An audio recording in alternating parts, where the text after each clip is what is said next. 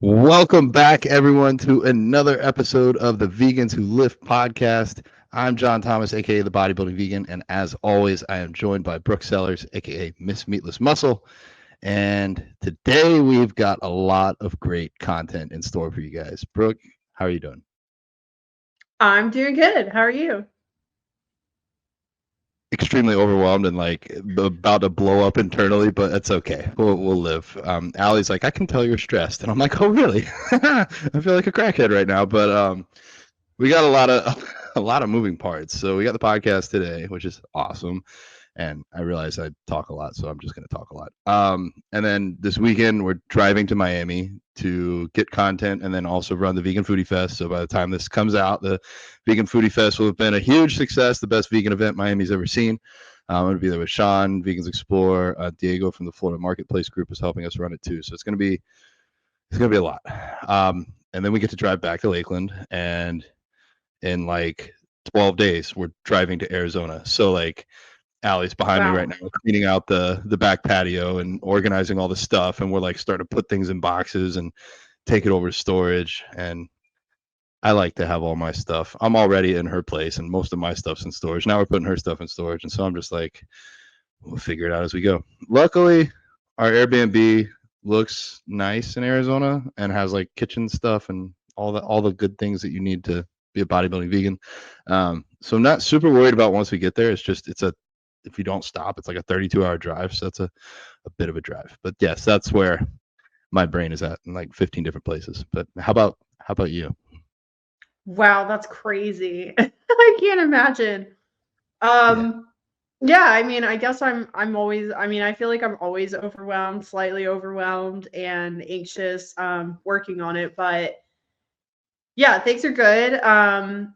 I launched my cookbook. My cookbook is now officially available for download. We're working on getting the physical copies printed as we speak. So that was Woo. really exciting. Yeah. People need to go where? Your link tree, your link in your bio, your website. Where do they go? Yeah, you can go to my Instagram. Okay, so a lot of people have been going on my website and filling out a coaching application. I can't even tell you how many coaching applications I've gotten, and then I follow up with people and they were like, I was trying to buy the cookbook. And I'm like, okay, well, I don't know how people are getting confused on that, but anyways, you can go to my Instagram and I have both links in my profile, and one says cookbook, one says apply to work with me. Pick the one that says cookbook, and that's how you can download the cookbook. Or you can apply to work with her and get the Yeah, cookbook. Yeah. definitely. Yeah, but I mean, like, I have probably gotten like 40 coaching applications, like, not even kidding. And it's like all people who are wanting to buy the cookbook. So yeah, it's been a little bit confusing. Um, but hopefully you guys can find the right place. I found the cookbook, but yeah, Yeah. it was like the day it came out, so it's been a minute. But yeah, awesome, awesome, awesome, awesome. Yeah. All right, well, today's episode, I don't know if we're gonna call it shooting the shit, but that's what it's gonna be. It's been a minute since we've just caught up. We do so much off air, and also sometimes it still feels like we never talk. Like we're running the academy, it's starting up here in a couple weeks. Obviously, with the podcast, we're always scheming about other different things, but it's nice to actually just slow down and catch up. I was going to ask to delve a little bit more into the anxiety talk that you had brought up earlier. What are you doing to manage, and what might I be able to steal from you? Yeah, I've just come to a place in my life where I've accepted that this is just going to be something that I have to manage for the rest of my life. Like, it's just part of who I am until it's not. I mean, maybe one day I won't be that person, but I feel like it's just how I am. Like, my brother has a diagnosed anxiety disorder, and my mom really should have a diagnosed anxiety disorder. She just, won't see a psychiatrist. So I feel like it just runs in my family. And then I've also, had some trauma in my life, which has dysregulated my nervous system. So I have recognized that I'm easily rattled by things. Like, even like something goes wrong with my car, like my car won't crank, and it's like I freak out, like it's the end of the world. And it takes me like talking to myself to like calm myself down, so I've just realized that it's just like anxiety is just something that I'm gonna have to manage. So things that work for me, I would say breath work is really helpful. Focusing on my breathing. I know people love meditation. It's just it doesn't really work for me. Like I've tried it. I just find it makes me it makes me frustrated with myself because I'll constantly be thinking about other things. And I know you're not supposed to think. You're just supposed to sit there and sit in the present moment. So I just get frustrated when I try to meditate. So it defeats the whole purpose of meditating. But breath work, it gives me something to focus on. If I can focus on my breath, that actually really helps me. And I found some guided meditations, some guided breath works on YouTube that I really like. And just other things, like I really make it a point to get sunshine every single day for at least 15 minutes. I feel like that makes a huge difference. Like, and if it's a cloudy day, it is what it is. But if the sun is shining, I'm going to get outside for at least 15 minutes and get the sun on my face and my body. And I feel like that makes a big difference. I walk my dog every single day. I always feel better after I walk my dog. And I mean, I do self medicate with marijuana, but I do feel like that really helps me, truthfully. I also supplement just with natural stuff like ashwagandha, maca root. I don't know if that makes a huge difference, but maybe physiologically, it's like combating some of that cortisol that I have. And actually, just recently, I got an acupressure mat and I got off Amazon, and that shit is awesome. Like I feel so chill and relaxed after I've been on it for like 15 or 20 minutes, and it hurts like hell like the first 5 minutes. It literally feels like needles going in your back. But seriously, it really works. Like it really makes you chill out. And it's also really improved my back pain as well. Like I was shocked. I was really skeptical about this thing, but it had amazing reviews. So I was just like, I'll try it, like whatever. And it works. Yeah. What? So it's like a yoga mat with needles in it. It's like a yoga mat and it's got these like little plastic spikes. I'm looking over at it. And so, yeah, so you lay on it and you can either do it with clothes or without clothes. Obviously, if you do it without clothes, it's like way more intense. And at first, it's pretty intense, but eventually you kind of get used to it. And like once you chill out and relax, it's really helpful. And you're kind of like you feel a little bit like tingly after, but it's awesome. You should try it. You should get one because they're cheap. You've intrigued me. I want to try this. I have like a little right now. I'm standing at my desk and I have a ball that I've been using to roll on the bottoms of my feet because I did like single leg press on the machine the other day with 9 plates, and I was happy with that. That's the most I've ever done in my life. But now my foot's been sore for like a week, and I'm like, maybe it was that. Maybe it was the 28,000 steps I walked the day before that. I don't know. It's one of the two. But anyways, that sounds similar to kind of like the pressure point release thing. And my back has been sore from lifting. I'm officially the biggest and strongest I've ever been. I'm like 256 pounds this morning, lifting more weight on every exercise than I've ever done before. So that's fun, but also I'm like constantly sore. So I think that could be a good addition. And I imagine it would do 2 things at once. Like you probably can't be comfortably on your phone or like doing other things while that's, I would imagine. Like, so it would kind of just force you to be present through it and breathe through it. Yep. I did want to hit on the marijuana usage.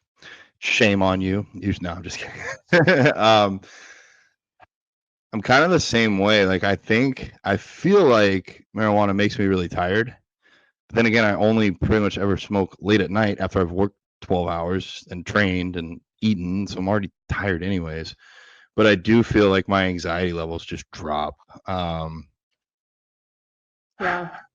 I wonder if it's like an artificial drop. I don't know. It's almost like I just don't care. It's like normally I'll have 500 notifications on Instagram and 50 client messages on WhatsApp, and I'm like starting to freak out. And if I'm high, I'm like, meh, I don't care. Yeah. Which I don't know. Like, I feel like if I was somebody that, like, I don't know, picked apples, that'd be a great place to get high because then you just like go do this task that you don't really have to think about. But I can't really work while I'm high, so I don't know. I will say I do like psychedelics. I feel like for whatever reason, those help with my anxiety. I think they allow me like a different perspective on the world, and sometimes like whereas when I'm high, it's like I just don't care, and where it's like if I'm using psychedelics like LSD or mushrooms, it's almost like I see it from a different perspective. Like, yes, this feels like a big problem right now, but really you can handle this. You know how to do it, and in the grand scope of things, these 15 messages aren't going to end your world. Like, you'll be okay. So, not that I'm saying everybody else should run out and smoke weed and use hallucinogens, but those have been some things that I think Band-Aid and then bigger picture help with my anxiety.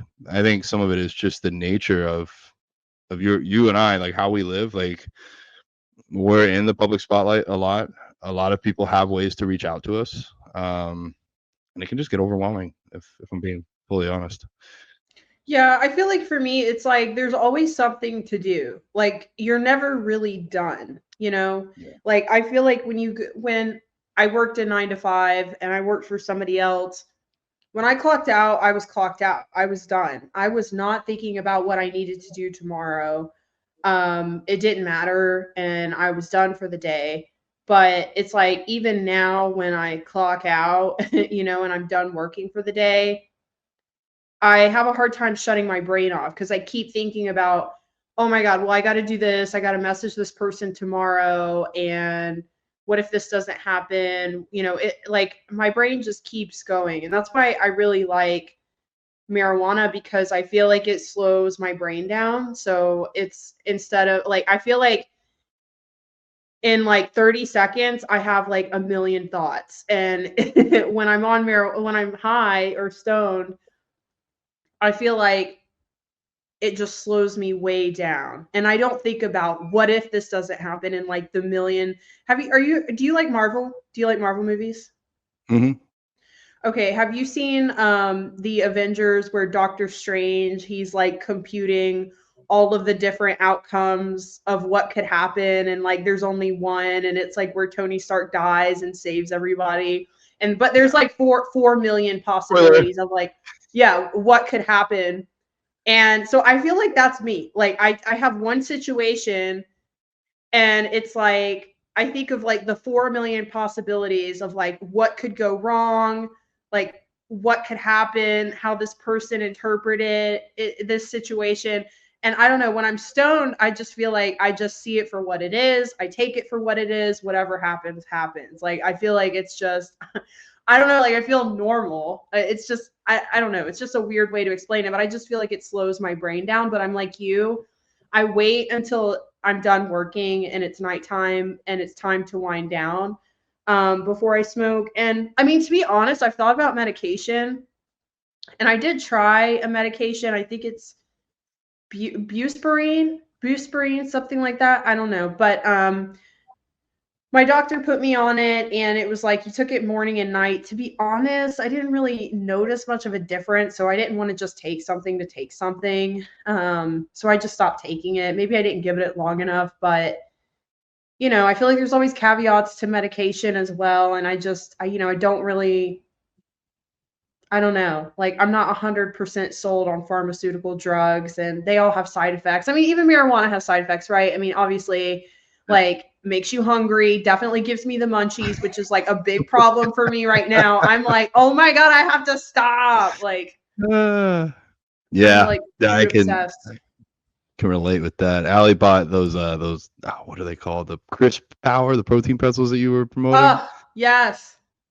She she got impatient. Like the original like 3-pack didn't arrive, so she went and ordered like 6 boxes on Amazon because it was gonna get here like that night. And so now we just got this giant box of these protein pretzels sitting in the room, and I'll finish my prepped meal and I'll be like, huh, I'm a little snacky. I guess a protein pretzel is not the worst thing in the world. And then she tells me this morning, she's like, yeah, you went to sleep well, I was up to 1:30 last night snacking. I was eating mandarins and protein pretzels and all that. I'm like, yep, Yeah. we're bulking. So I'm coaching her, and I'm like, well, that'll just be a little slight extra surplus this week. Yeah, yeah, it does help with that. If you're trying to gain weight, I feel like it makes like the flavor fatigue with food just go away. It's like you just don't get tired of eating, at least for me. Yeah. Definitely needed it for that green bites challenge the other day. Yeah. All right. Well, so we've talked about anxiety. No, oh yeah, the first time I like really smoked like 2 years ago, that was like when it hit me like a truck. I'm like, oh, I have anxiety. Because like right now while I'm high, I do not have anxiety, but like I didn't know that I could feel like this. I Yeah. definitely carry around this cloud of a lot. But I try to Wait, check that was myself the first time you smoked was 2 years ago? more or less. Like I smoked on Okay. my 19th birthday and I tried it like 5 times, and I was like, alcohol is so much more fun because I can get drunk and stupid and get on tables and take my clothes off and be ridiculous. And then I smoked weed, and I'm like, I just want to sit on this couch right now. And I thought it was silly because like it's like 2 in the afternoon. I'm like, I like to work out, I like to go do stuff, and like now I'm just like stuck on a couch. So I tried it a few more times, and I was like, I guess I'm just broken. Like weed does not work for me. It just makes me tired, and I think it still makes me tired, but and now like we just discussed, I use it at night. But yeah, the first time I had smoked like in a decade was like 2 years ago, and I just had this like overwhelming feeling of not feeling overwhelmed, and I was like, "Ha, this is interesting. This is a different way to live." So I Yeah. I wonder sometimes if I'm addicted or not. Like last night, I didn't really want to smoke, but Allie had it just sitting there, so I was like, "Meh, I'll I'll do a little bit." But like more often than not, I do smoke at night now, so something to consider. I don't know. I feel like if you had that feeling like, I could take it, I could not take it, I feel like you're probably not addicted then. Like if you were just doing it because she had it there and she was smoking, I feel like you're probably not. I feel like if you were like, freaking out and you needed it Yeah. and you didn't have it, that would be different. But yeah, I mean, it is. Yeah, I love it. I mean, I started smoking when I was, God, 16. I was in high school. And it was probably the most like druggy, sketchy thing ever. Like some boys in my high school picked me up and we smoked in his minivan out of a Gatorade bottle that they made. And it was like so freaking sketchy. And also, like, it was like all these people, and I had no idea what I was doing because it was my first time. So, like, I had the, pipe and I blew into it rather than, sucking the smoke out of it. So, like, all of the weed came out and went everywhere, and everybody was so mad. They're like, who brought this chick, dude? Like, what the hell? And everybody was so mad, and I was so embarrassed. And I'm like, I am so sorry. Like, I'm not a drug addict, so I don't know what I'm doing. But yeah, and I was so freaking stoned, and I had to go back home because like obviously it's a school night, and like I'm not gonna go. I didn't have anywhere to stay, and I was like freaking out because I was so stoned, and I'm like, my parents are gonna know I'm stoned. Oh my god! And they're like, it's okay, just go upstairs, take a shower. Like if you take a shower, you won't be high anymore. And so I'm like, okay, and I like run in the house, run past my parents, like don't look at me, don't look at me, and I like get in the shower, and I'm like, oh my God, like this isn't helping. And like it felt so weird because I was so stoned and I felt like, oh my God, they're gonna know. But I just went to bed and it was fine. But then later my mom found out and she like literally thought I was a drug addict and like cried, thought my life was over, you know. I found out later that both my parents did a lot of drugs. So, like when I was a kid, like I was like told, don't ever do this stuff. And then I got older and I'm like, huh, they've done it all. So, um, yeah. Well, we are doing a great job of shooting the shit. What'd you What guys do for Valentine's Day? we were gonna get pizza, but then we Yum. decided against that. We went to this place called Vegetation. It's like the only all vegan restaurant in Lakeland, and they make really amazing food. And it's like relatively healthy. Like, I mean, like the macros aren't the best for sure. Like the fat is higher, but it's all like very fresh. Probably some of it's organic. So we got like these. It's definitely not this, but like I'm gonna say a shepherd's pie. It's not a shepherd's pie, but it was some type of pie. We got Was it a nachos. pot pie? Similar? A Wellington. I think that's Oh, what a it's called. Wellington. Okay. Yeah, I don't think I've ever had a Wellington before in my life as a vegan or a pre-vegan. So I think that was my first Wellington ever. And then they make really good desserts. So we did that, and then we went for a walk. It was a relatively uneventful Valentine's Day, but I told her it was still the best one I've ever had, and I think that was true. Oh. Um, in fact, yeah. Oh, yeah. We just hit a year. That was it. Was kind of like Valentine's Day was a little bit smaller because the 12th, your birthday, was 1 year. Yeah. So yeah, we haven't even talked about your birthday. What'd you do for your birthday? I mean, we talked a little bit, but the What did I people want do to for know. my birthday? Well, my actual birthday, it was such a gross, crappy day here. Like I really just wanted I really wanted to wake up, spend the day outside with my dog, and that just didn't happen. It rained almost all day and it was cold, it was gross. But I went over to my parents and I spent the day there. Me and my mom got pedicures. Um, let's see. What did we end up eating? Um, I think we went to this sushi place called Wasabi, and they have a bunch of different vegan sushi. It's not like a vegan place, but they have like a sweet potato roll, avocado roll, a lot of different things. So I like slammed some sushi, and my mom made these red velvet cupcakes, so we had that, and yeah, and Steve got me some clothes, some new gym shoes. So yeah, it was kind of low key. It was kind of low key, but that's fine. Yeah, It's fine with me. yeah. I feel like as you get older, birthdays just become another day. I don't know. At least for me. Yeah. Well, yeah, I was in New York for my last one. It was nice, but all right, all right. What else do we have to talk about? How's training going for you? Training has been interesting. So I told you about my back issues, Mm-hmm. right? Which have actually gotten a lot better, but it's because I've really changed my training around a lot, and I have been seeing a chiropractor regularly and getting adjusted.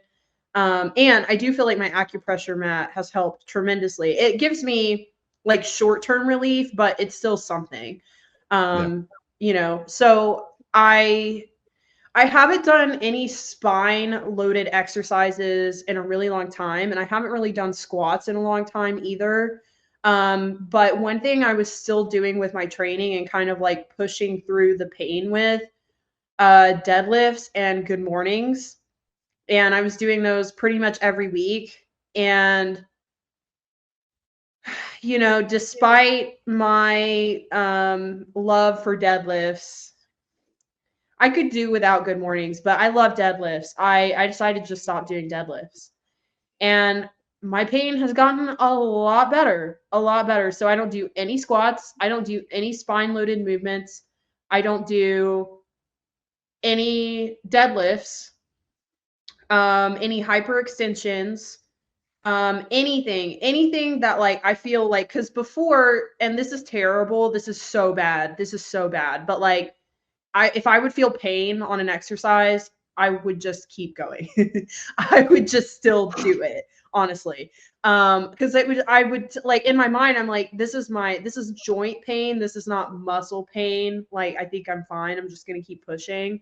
And now That's backwards. That's like I you want know, your muscles to hurt. You don't want your joints to hurt. I know. That's what I said. It's so bad. It's so bad. But uh and the other thing is it was like a dull pain, like it was like this achy pain. It wasn't like sharp shooting pain, like, so I don't know. In my head, I guess I kind of justified it because I'm like, well, like I'm not really doing anything that bad. um and I would just push through it. But now if anything, just like hurts a little bit. Like even like I was doing leg raises and the leg raises hurt my back. So I just stopped doing it completely. And I only focus on exercises that don't give my low back any sort of issues. And I've been doing a lot better there. But yeah, I've really had to change my training. I mean, to be honest, I don't like my leg days as much. I used to love leg days. I just because I can't go as heavy, one thing, and I love training heavy and I like progressing. I just have to go way slower, focus on like tempo work, time under tension kind of training, and a lot of unilateral movements, isolation movements. So, I mean, I still get great pumps. It's still a good workout. It's still a great stimulus. I've kind of figured out my way now. It's just different. Yeah.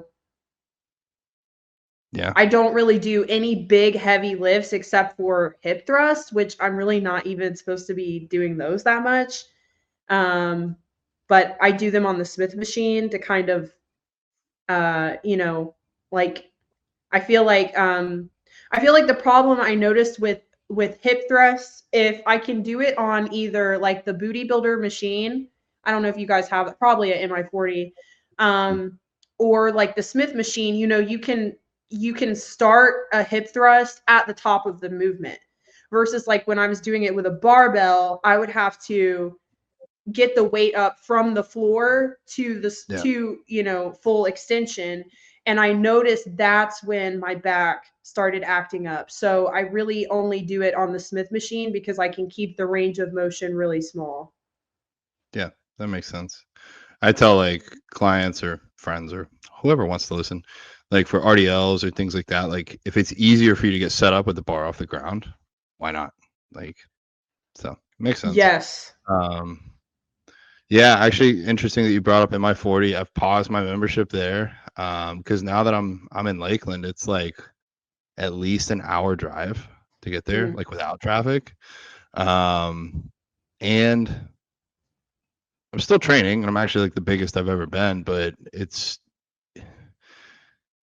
I feel like this internal conflict of what I want to do with like competing and what I want to do with trying to make the world a better place. And I really feel like, at least in the near future, like in the next year, contest prep would just really take away from what I'm able to offer in other areas. So still training, and Allie and I were actually talking about that yesterday or the day before. Like, we're only going to be here another 2 weeks, and then we're going to be on the road for probably like 2 to 3 months. Actually, I don't know if you're coming or not. I'm assuming you might be, but in May, Veg is going to have their meetup in LA. So that'll probably be, yeah, sweet. Okay, cool. Well, I know Natalie, and I guess I know Brian a little bit. I had my second call. I had a call with Nimai. I guess I can say this here. I might be helping run their YouTube channel. So that's like an additional role that I've worked my way into. I didn't even realize they had a YouTube channel. I guess that's why they're working on it. Yeah. They had like that survey for the athletes, like they're like, do you have any other feedback? And I was like, hey, it's me. Put me on the YouTube channel. Put me in, coach. Let me help out, because yeah, I feel like that's a big opportunity for them, and they're not doing anything with it right now. So I might do some like cooking videos. But all that to say, once we come back, we're like starting to think like, where are we going to be? And we don't really know. So we've been training at Crunch, and I'm like, I don't mind Crunch, but also I wouldn't mind an actual bodybuilding gym, somewhere that's a little bit slower, because it's just, even at this one, it's like at like 3 p.m. it's filled with high school students, and at 5 p.m. it's filled with adults. So they're all like that. They're all like that. It's crazy. Every single Crunch I've been to is packed all the time. Yeah. And I'm me. So at MI40, I stand out because of my hair, but at Crunch, I stand out for everything. So I can't really escape much. Though I will say, I told Allie, I'm like, there's nothing in Lakeland. It's a small little city. There's nothing for me here. But like, this little 15-year-old kid came up. He's like, oh, I know you. And I was like, oh, really? He's like, yeah. I'm like, Instagram? He's like, no, I don't have that. I just found you online. I was like, oh, that's interesting. Cool. He's like, yeah, I'm 15. I'm plant-based. And like, I figured I could try to grow some muscle as a plant-based lifter if I watch some of the stuff you do. And I was like, that's really cool, because my experience at 15 being vegan, walking into a gym, was being told you'll never build any muscle. And so it's like cool that it can kind of hopefully inspire some people to do stuff. But like, I've now taken it upon myself really this year, maybe the last year and a half, like whenever I started to get interested with One to Save Many, um, I feel like I've had this voice inside of me that's been called to be more of an activist. And so when people ask me about being vegan, I start to open up a bit more and maybe press some questions and see where people are coming from, and try and ask them the questions that if I was able to ask my like 12-year-old self, maybe at 12 I would have gone vegan instead of at 13. Like what would it take for that to happen? So I'm in the sauna, and like one kid asked if I'm vegan, and I said yeah, and he's like mind blown. So I start talking to him a little bit about like what I eat, and then I was trying to get more into the ethics, and I was like, well, have you killed any animals yourself? He's like, no, never.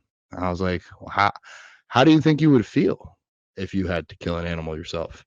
He's like, oh, I don't know. And like, I was expecting him to say he'd feel bad, and then I was gonna go into the argument of, well, if you would feel bad, I mean, think about the person that when you buy meat, you're literally paying for somebody to go kill a bunch of animals every day. Like, how do you think they feel? And like, try and work my way in there. But then this dude in the corner of the sauna is like, it feels pretty good. And I'm like, it feels pretty good to kill animals? He's like, yeah, yep, feels pretty good actually. To know you're supporting a small business or feeding a family, it feels good to kill animals.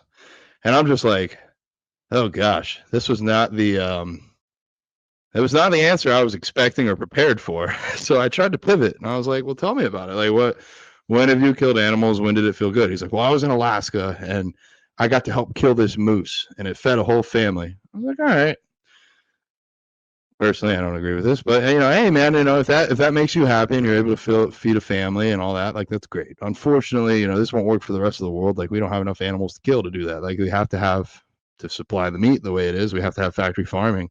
And I can't get behind a factory farm. Like, I can't imagine that even killing that moose, it's a little bit of pain at once, but putting these animals in cages their whole lives and then killing them, it can't feel good. He's like, actually, you remind me of a trip that I took where I was a commercial, like I helped with commercial fishing for like 2 weeks. I was like, oh. He's like, yeah, like we had to fish for tuna, but with tuna you have to kill them one by one. Like, you have to like slam their head on the boat or stab them, and you got to kill them one by one. I was like, oh. And he's like, yeah, I came in like hot shit. Like, I knew I could do whatever it took. But after 9 hours of getting covered in blood and killing hundreds of fish, I didn't feel so good. It's like, we're having a therapy session in the sauna in front of like 8 other people. This dude's talking about how he's covered in blood and killed a few hundred fish on the first day. And so he's like, actually, now you make me think about it. It didn't feel that good to kill those animals. I was like, all right, we're getting somewhere. But that was just like, that's now like a typical day for me. I don't intend to get in these conversations, but I also don't shy away from them anymore. So I don't know how we got here, but that was just something that happened at Crunch like 2 days ago. So yeah, Crunch. That's funny. Yeah, Crunch is interesting. You're gonna get lots of different people there. And I'm sure there's probably a lot of carnivore people there, because I feel like Crunch is kind of, well, it's so, I think it's so cheap that you're gonna get so many different people there, versus like MI40, really expensive. You're gonna really cut back on the type of people who show up. It's only gonna be people who, because what is it, like it's $200, something like that, right? Or it's almost $200 a month, and there's a 6-month waiting list.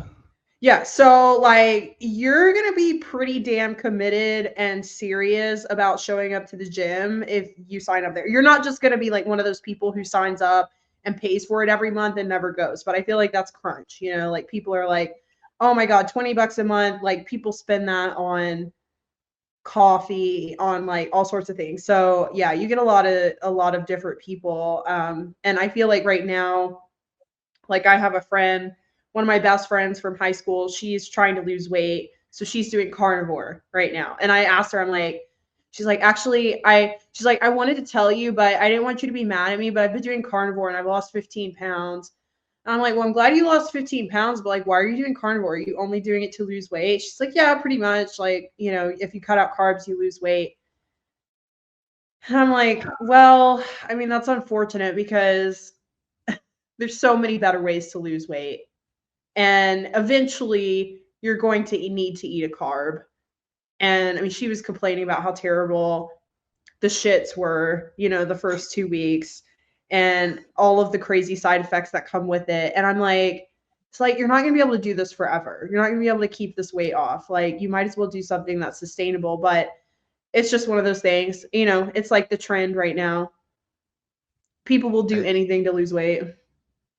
A dude came up and had a 5-minute conversation with me about being vegan, and then he ended it with, well, I've been carnivore for 3 months now. You should really try it. Like, you should, like, I'm dead serious. You should give up everything you're doing now and go carnivore. And I'm like, do you not see my head? Like, I can't just, I'm in this 19 years. I'm not going to give it up for that. And I don't know. I think people, it's just the same. It's always been. People want an easy, simple solution versus a lifestyle change. It's harder to change your lifestyle. It's harder to actually be present and mindful about what you're eating and set an intention and learn some basic nutrition and then apply it. I mean, yeah, like, I don't know what your life expectancy would be without eating vegetables and fruit and going on a carnivore diet. I mean, I know that one of the main guys that did it ended up in the hospital, and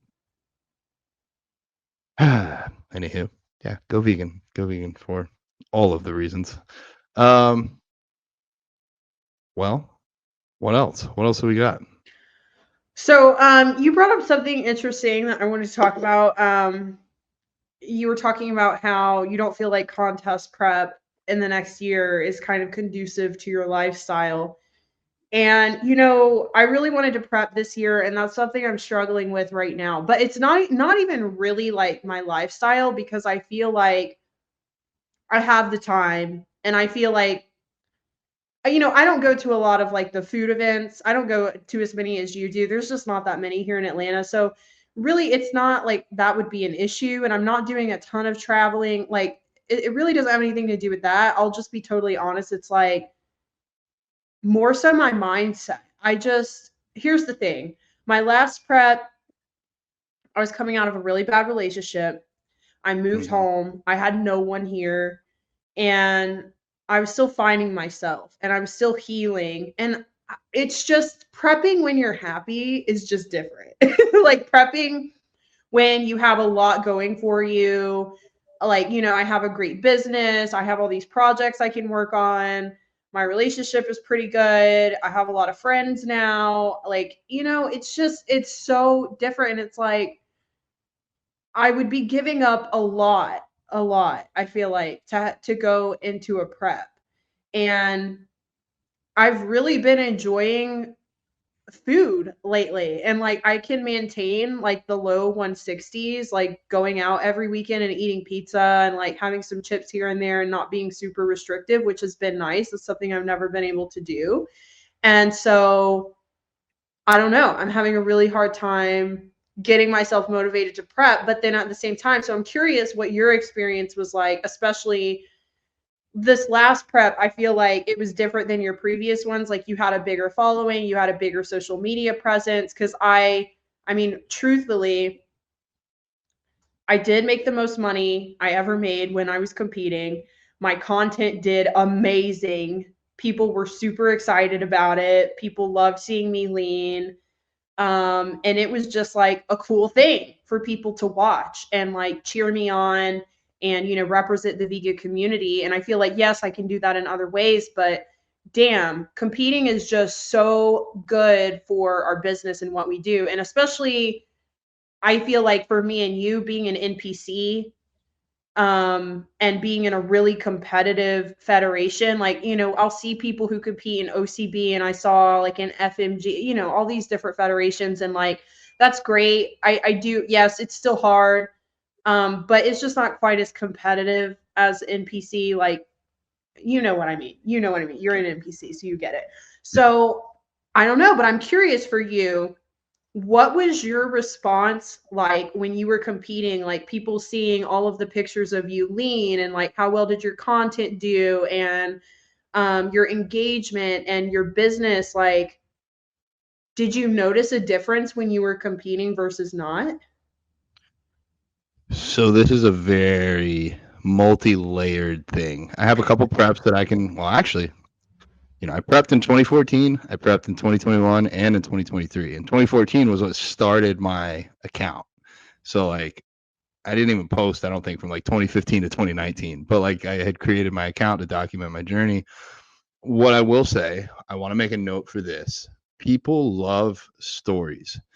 And I think that unless you have a big enough overarching theme, then competing is your story. So like at least in 2021 for me, I think 2022 for you, 2023 for me, 19 weeks out, 18 weeks out, 7, like people, the anticipation's building. People are like, oh, he's 16 weeks out. I'll follow him. I want to see where this goes. So I think from a social media perspective, if we're trying to drive that same growth and development, you need to have some other story to tell the people. So I feel like I should probably pivot right now and be like, road trip, Arizona adventure, and like vlog that and promote that. And then there'll be a story for people to follow, just like, oh, this is what this dude ate today. It's so having competing as kind of, I mean, it just does that for you. You're a certain number of weeks out, there's a change happening. People can get on board. Also, Instagram and the rest of the world is extremely visually oriented. So as you're getting leaner, I think your content is going to typically do better just because you are leaner. And there's just people that love that. So for me, like in 2023, I feel like social media did well, but not just because I was competing. I was out a really high prestigious gym, networking with as many other bodybuilders as I could. I hired a really good prep coach. I hired a really good posing coach, a really good in-person trainer. So I made a lot of connections through it that, like, if I was just mostly training at like my home gym and kind of kept things more to myself, wouldn't have been as apparent.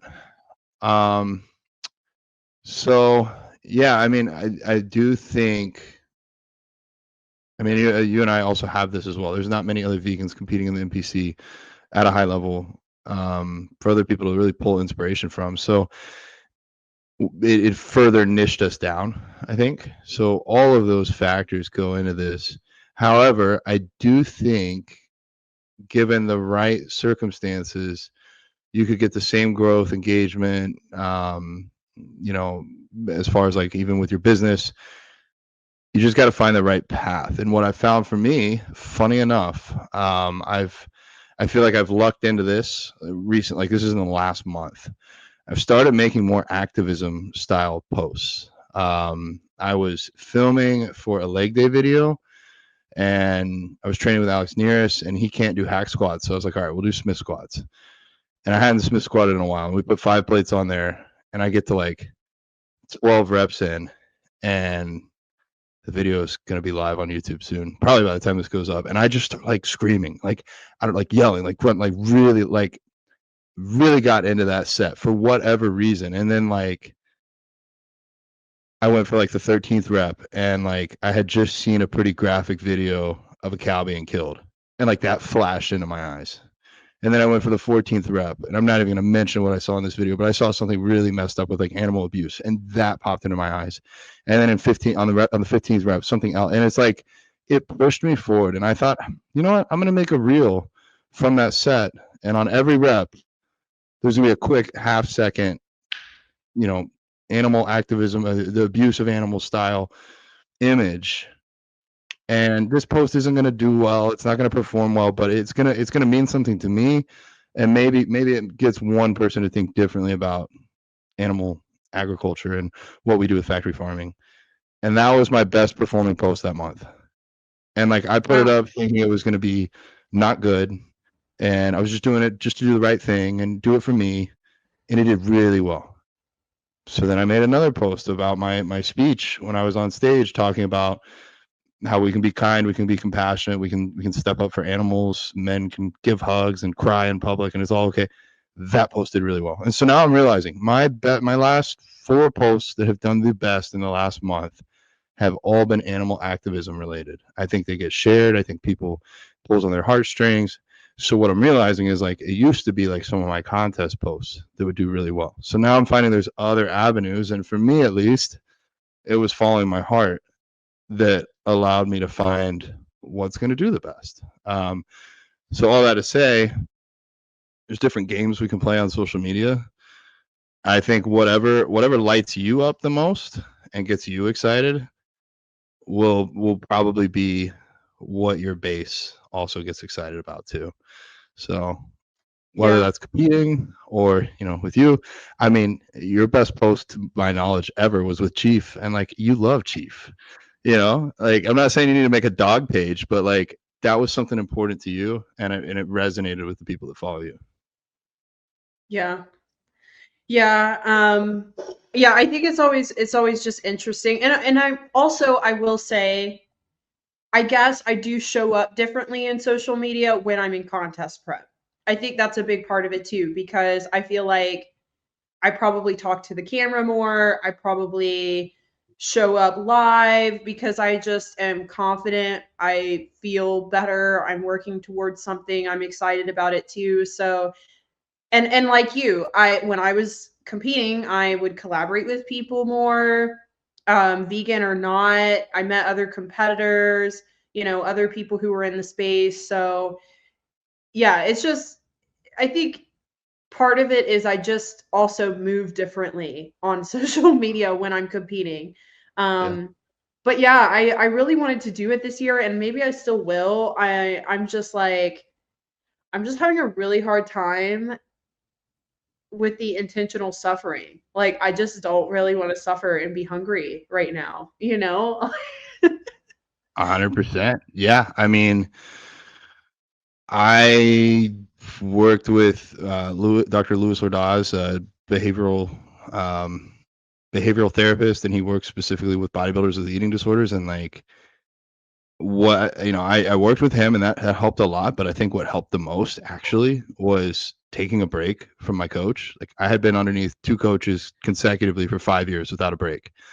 Somebody was looking at my photos, somebody was telling me my macros or my meal plan, and somebody was expecting me to check in every week for the last 5 years. And it's now been about 2 months that I've been off from that. I haven't taken a single check-in photo. I don't even know what I really truly look like because I haven't stopped to do it. I'm still mostly tracking my food. I still weigh myself every day. I still show up to the gym 5 days a week. But if I want one of Allie's apples and it's not on my meal plan, I'll eat it. And I've found that allowing myself to have that little bit of freedom has really, really helped my mindset around food. I'm not in such a scarcity mindset where I have to binge every time I go off plan. I haven't gotten like super fat or anything by just eating a little bit extra some days. I probably could just raise my total calories, but it's like every day I snack on 1 to 200 calories and I just don't even track it. It's like a little bit extra on top. It's not that big of a deal. And I'm not saying everybody should go do this. I'm just saying if you've done something for 5 years and it's created bad habits, maybe take a step back, and then that'll help you take a step forward. So I guess what I'm trying to say is like I feel the healthiest around food that I've felt in years.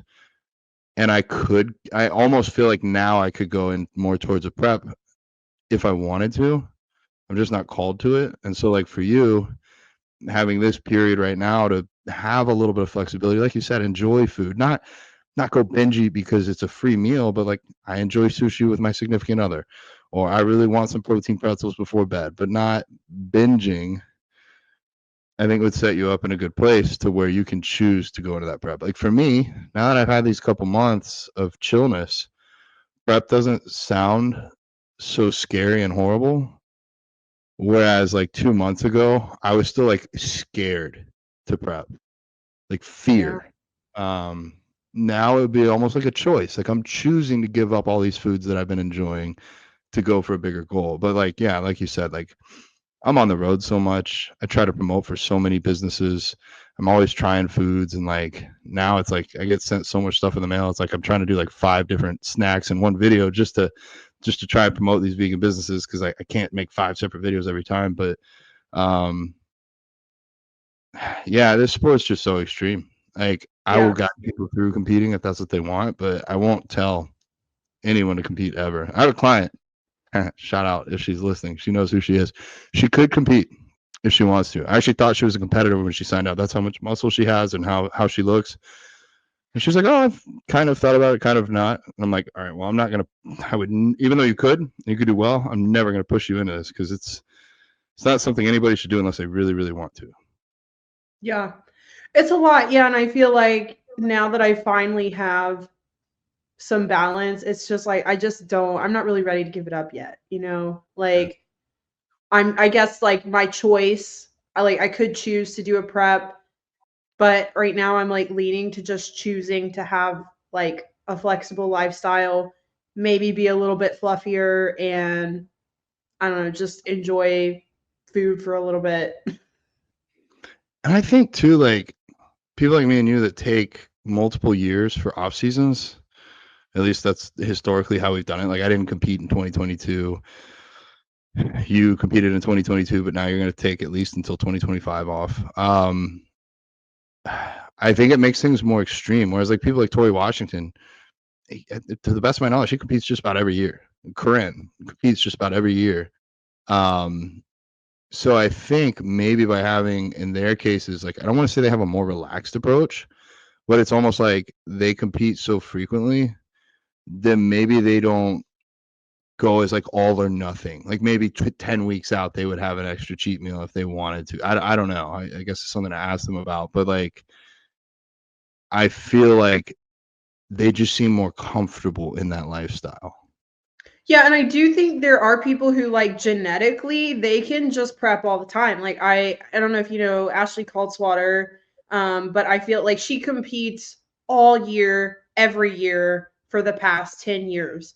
Wow. And like it's just how I mean that's just how she is, but I feel like genetically she's a very tiny, lean person and it just works for her lifestyle. And like I know Laura Lee, who just won the Olympia last year, like there was this Reddit, I'm in this Reddit bikini talk, and everybody was just acting like, oh my God, it's so crazy how she leans down so fast. Like she only really needs like a 10-week prep. And it's like, well, yeah, but if you listen to her podcast, like she doesn't do any cardio in her off season.